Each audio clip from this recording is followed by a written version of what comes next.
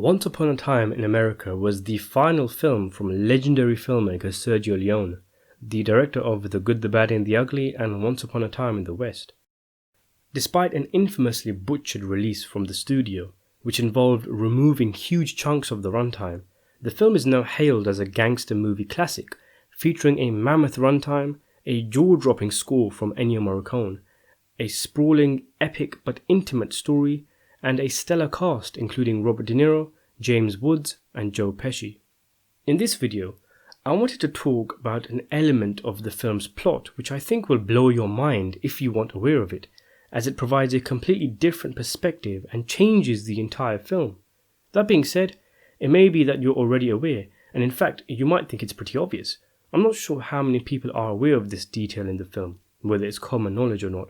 I don't think it's something I picked up on my first viewing of the movie, but then again I was a teenager. On subsequent viewings it comes off as pretty obvious and is definitely intentional by Sergio Leone, as he referenced it in interviews. But when I talk to people about the movie, many are unaware of this huge aspect of the film which completely changes the movie, hence me making a video about it. So to truly appreciate this, you need to remember the details of Once Upon a Time in America's story. The film is primarily a gangster movie, but in actuality is so much more. It's a coming-of-age story, one tackling friendship, love, regret, betrayal, memories, and the passing of time. It is also relatively unique for a crime film back in the 1980s, as it adopted many narrative techniques that were unorthodox for the time, such as memories, flashbacks, flash-forwards, and perhaps even dreams. We follow Noodles, played by Robert De Niro, an old man full of regret and guilt. A mysterious letter causes him to return to where he grew up, and from there the film delves into deep flashbacks showing him grow up with his friends, all of whom, him included, become gangsters during the 1930s. The flashbacks show us that Noodles' relationship with his best friend Max, played by James Woods, begins to sour as the two stop seeing eye to eye on their business ambitions. In the 1930s timeline, Noodles makes a phone call tip to a robbery that Max and his crew were to carry out, which results in disaster, as it directly leads to the death of all of Noodles' three friends, prompting the haunting and the grating ringing noise ringing in the beginning of the film. In addition to this, Noodles rapes the love of his life, his childhood sweetheart Deborah, in a vicious act just before she leaves him forever to chase stardom and glamour. Haunted by his guilt and regret by his choices, Noodles regularly smokes opium in order to come to terms with his pain, and we are led to believe he essentially lived a low-key life until he received the mysterious letter which prompted his return. As he puts it, "I've been going to bed early."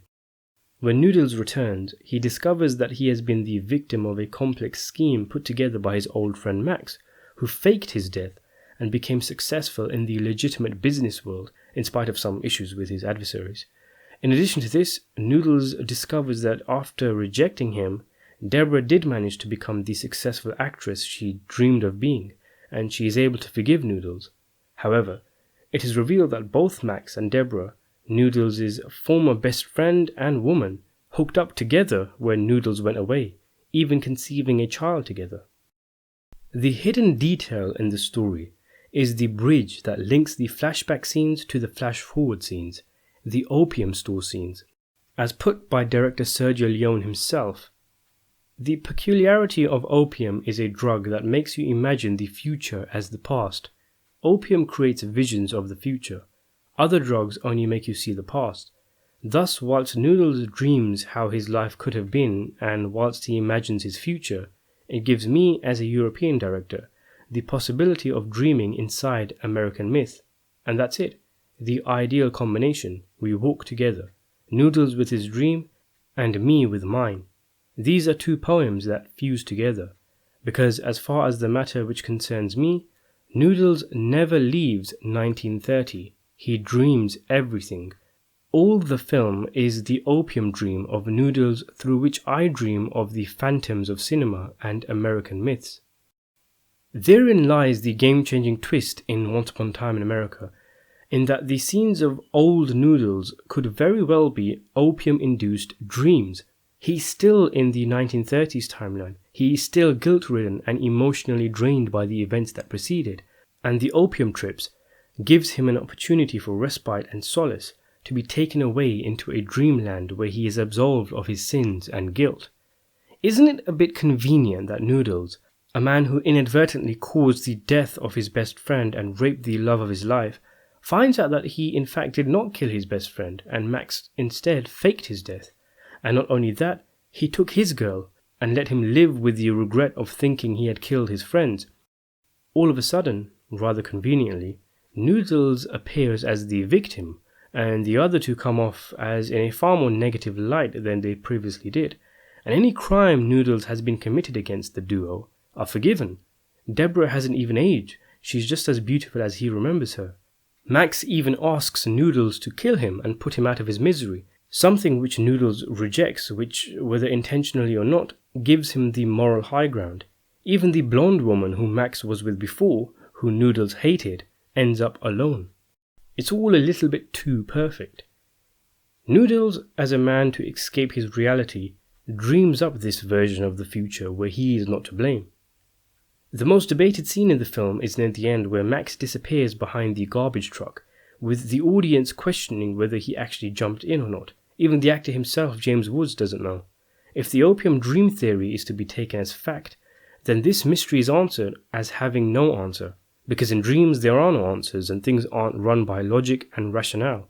What's actually happening is Noodles' mind has doubled back on itself, coming up with a bizarre dream scenario which begins with Max faking his death and then possibly faking his death again at the end. Noodles choosing not to take the gun and kill Max, and Max subsequently disappearing behind the dumpster, could be Noodles' defiant, opium-laden mind in this fantasy convincing this fictional Max ultimately that it was not he, Noodles, who had killed Max all those years back, but he had faked his death. There are several clues that point to this theory. I won't go too much into it, but there are a few examples, such as Noodles seeing some people in a car directly after the garbage truck scene, who look straight out of the 1930s as opposed to the present day that old man Noodles is apparently in. Perhaps this even signals the end of the fantasy, and prompts Noodles to come out of his dream state and back into the real world, as suggested by the fact that the next scene, the very last scene of the film, has Noodles walking into the opium store, taking a few shots, and then smiling as his trip begins to once again settle in. Or, more likely, this is just after the robbery and when the deaths occurred, and this is the only time he has taken opium, i.e. the events of the film all spawn from one dream. In spite of all the emotions in the old man Noodles segments, in spite of the reconciliation, recompense and forgiveness shown, ultimately in the real world, Noodles is still a man who had his friends killed and violated Deborah. In spite of the music, beautiful and joyous at the end, which signals what kind of state Noodles is in as he smiles up at us, the ending is bitter, sad and painful, as Noodles is doomed to repeat this cycle. Him smiling up is the end of his reality, and what starts is the beginning of the film, the start of his dreams. So what do you make of this dream theory? Did you already know about it? Do you think most of the film is a dream occurring in Noodles' head, or that the events actually happened? Let me know in the comments below. For what it's worth, it does seem Sergio Leone constructed the film in such a way that both versions of the movie, dream or no dream, are valid and work, and ultimately it is up for the viewer to decide. But having half of the film being an opium trip is something that was intentionally suggested by Sergio Leone, who spoke about this theory as far back as the Rome premiere of the movie. Thanks for watching.